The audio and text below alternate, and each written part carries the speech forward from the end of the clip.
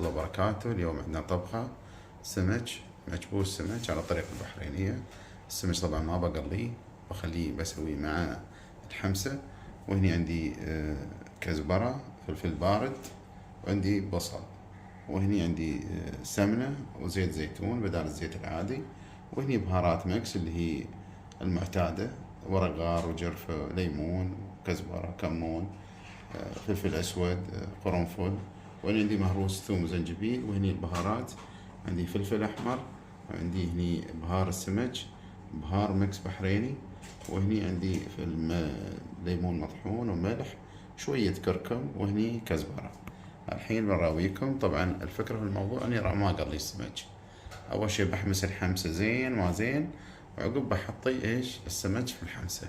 حطيت اول شي هني السمنة وزيت زيتون والبصل، بخليه يتقلب شوية لين ما يذبل البصل.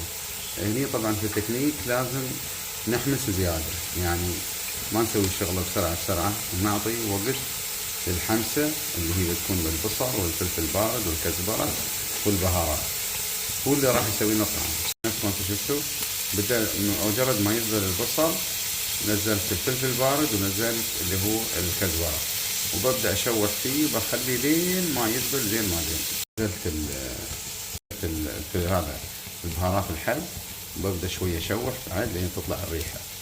ما بنحطي البهارات المطحونة الحين لين ما نتأكد ان المكس هذا استوى زين ما زين. حطيت البهارات الحب، حطيت الثوم والزنجبيل، وببدأ اقلب على السريع، ما بخليه يطول. الحين اللي بدأ تطلع ريحة البهارات برد، انطف عليه شوية ماي. هني شوية ماي، ببدأ شوية احركه عشان ما يعلق من تحت.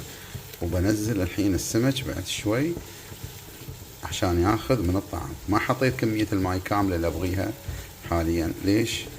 انا ما ابغي الحين السمك، ابغي السمك شوية يشد عمره، وعقب بضيف الماي لان السمك مقلي. السمك نفس ما قلت لكم بخليه دقيقتين هالصوب، 3 دقايق، وبجلبه بعد بس عشان ما يتقطع علينا بالعدال. ابغي الطعم هذا كله ياخذ السمك الحين، لو حطيت الماي الكمية كاملة شو ما بياخذ الطعم، وما بيكون التركيز اللي نحن نبغيه. ونحاول السمك نحاول خليه عشان ما يتقطع. مثل ما انتم شايفين، فهني السمك طبعا ما في روح وايد، فحاسبوا عن يتكسر دقيقتين شوية من ينشف الماي بعد، وياخذ اتأكد ياخذ الطعم كامل السمك مال الحمسة هاي.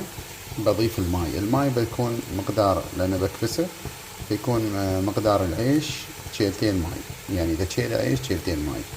عاد انتو وكيفكم شو المقدار اللي تستخدمونه، كوب ولا كوب معياري ولا اي شيء.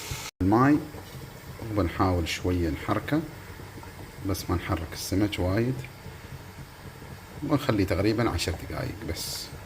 لا تنسون انه عقب بعد بنحط العيش ونرفع السمك، عقب بنحط السمك فوق العيش، وبتشوفون كيف راح يصير.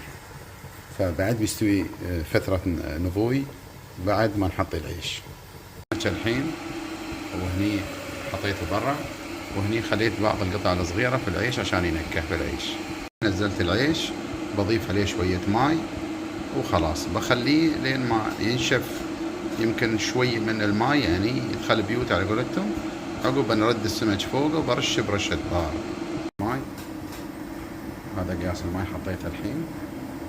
بخليه شوية نار عالية، من يبدأ يتشرب يدخل الماي بين العيش، بقصر على النار وبرد السمك نفس ما قلت لكم.